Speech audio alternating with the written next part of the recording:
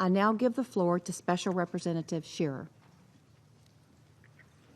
Thank you, Madam President. It's a pleasure to be with you today. As I speak with you today, 1/3 of the 100-day extension of the revitalised peace agreement in South Sudan has already passed. And while this second extension has eased anxiety, at least temporarily, because it maintains the ceasefire, it has also disillusioned many citizens who feel more progress should have been made. Politics, after all, is all about choices. And by choosing to sign the peace agreement last year, parties kick-started a transformative process that has already paid dividends. The country has witnessed a steep decrease in civilian injuries, abductions and casualties. And while sexual violence remains an abhorrent problem, the 295 victims recorded in 2019 is substantially fewer than the almost 1,300 reported in 2018. Improvements in security have also prompted at least 645,000 people to return to their homes. But the choice to delay a transitional government twice has dampened initial hopes, eroded some trust and confidence, and caused people to suspect that the political will between the parties is waning. The choices that South Sudan's leaders make now will determine this country's future for generations to come. There has been no shortage of outside support to encourage South Sudan to head along the right path. In the past 3 months, there has been a tripartite meeting hosted by Uganda and direct follow-up from them, IGAD meetings, efforts made by the IGAD envoy, visits by the South Africa Deputy President. Sudan itself has been engaged in the most recent discussions, and the African Union has kept the country under constant review. And of course, the full 15 members of the UN Security Council visited Juba to engage and directly hear from the parties. What has been most striking is that amongst the international partners, there has been a unity of purpose, and I am confident that that will continue. The international engagement, together with Dr. Riek Machar's presence in Juba over the past week, and during face-to-face meetings with President Kiir, has led to positive statements from both leaders in the past 24 hours. There can always be reasons for further delay. After all, there is no definitive or objective point where progress on the peace process can be agreed to be completely sufficient. But if the parties want to implement the agreement and form a new government at the end of this 100-day period, they certainly can. It comes down to political will, the willingness to make concessions, to ultimately sit around a table within a transitional government and to make it work for the people. Again, it's about choices. The first test of whether that political will exists will be known when the 50-day review is held in early January. At that point, there needs to be measurable progress in several areas. The first is the unification of forces. It is unlikely to complete everything before the deadline. Today's commitments by the two leaders have given further impetus to the process, but substantial progress will give all parties trust and confidence to continue with that process of reintegration, reunification within a transitional government.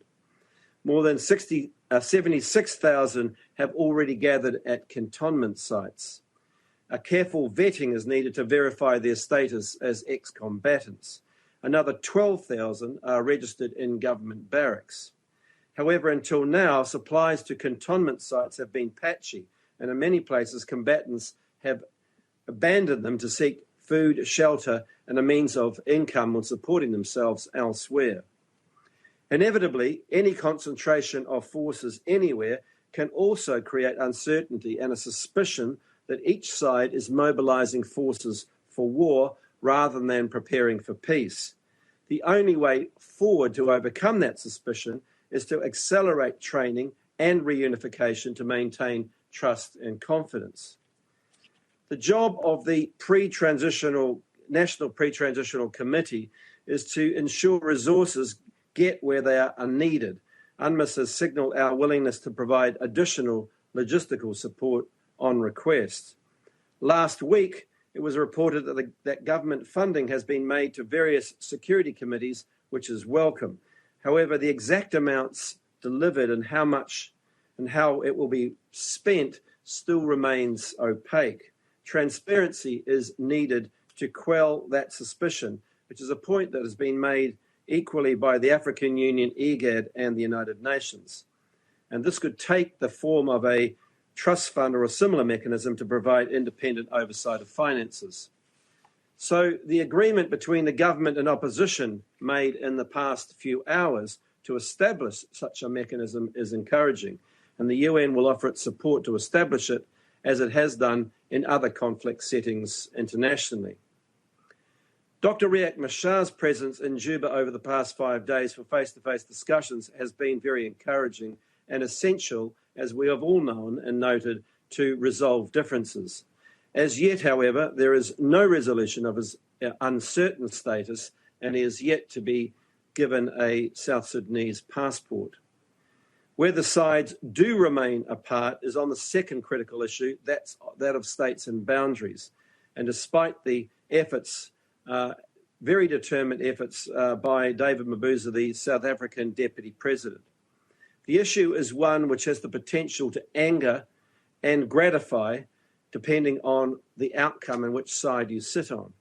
Because power and access to resources is heavily vested in states, and in turn often linked to ethnic groups, it means that this particular issue is politically charged. Resolving it will require a high degree of sensitivity, leadership, a willingness to examine contentious areas with open minds, and accept a solution which might not be ideal for any party or every party. It needs courage, but to defer to a referendum will cost millions of dollars and face immense logistical difficulties, especially with 1/3 of the South Sudanese population being displaced. It also runs the risk of widening ethnic divisions. Over the past weeks, I have talked to many people about the peace process during recent visits to the field, and whether it's in Koch, Lankin, Pibor, Bentu, or Bor, the message is all the same. It's remarkably similar. No one wants to go back to war that I spoke to. One of those is Bull Deng, a 24-year-old man who returned to Lankin after 6 years in a UN POC because he believes peace is coming. And he told me, I want people to be a peaceful family and to live freely across the whole land. That's what we all want. It's peace. However, privately, when I speak to people, some admit they will take up arms if they are ordered to by their leaders. The good news to now is that the ceasefire has largely been respected, but we need to remain vigilant. A recent spike of intercommunal violence and clashes has raised tensions and risks and risks spilling into more serious political violence. Fighting around Maiwut in the northeast of the country, for example, has turned overtly political when the SPLM-IO, the opposition, and government forces both backed different sides. Meanwhile, improvements to the humanitarian situation have been partly negated by flooding, which has affected 900,000 people, washed away crops, destroyed homes, and contaminated water supplies. To their credit, the state governments, humanitarian agencies, and donors have responded very quickly. The World Food Programme's quick response used supplies that were pre-positioned for 2020, but whose stocks needed to be urgently replenished and transported throughout the country. And with an estimated 72,000 metric tonnes of cereals lost, animals that have perished, and pasture destroyed, the fear is for longer-term food needs. The flooding compounded pre-existing needs, and the recently released humanitarian response plan for 2020 aims to meet the needs of 5.6 million people at an estimated cost of $1.5 billion. Sadly, the brief respite that accompanied peace has been negated largely because of these natural calamities, and concern for hunger in many parts of the country is again rising. In just 2 months, the leaders will choose whether to form a transitional government. preservation of the ceasefire, as I've said, is absolutely critical. And those choices will coincide with the dry season, a period historically associated with increased fighting. The joint meetings in the past days between President Kiir and Dr. Riek Machar is encouraging, with both sides recommitting themselves to the peace process.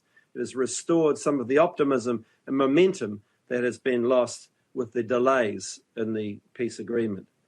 All parties now need to choose to follow on with their words, and the international partners need to remain fully resolute, as I'm sure they will do, in their support.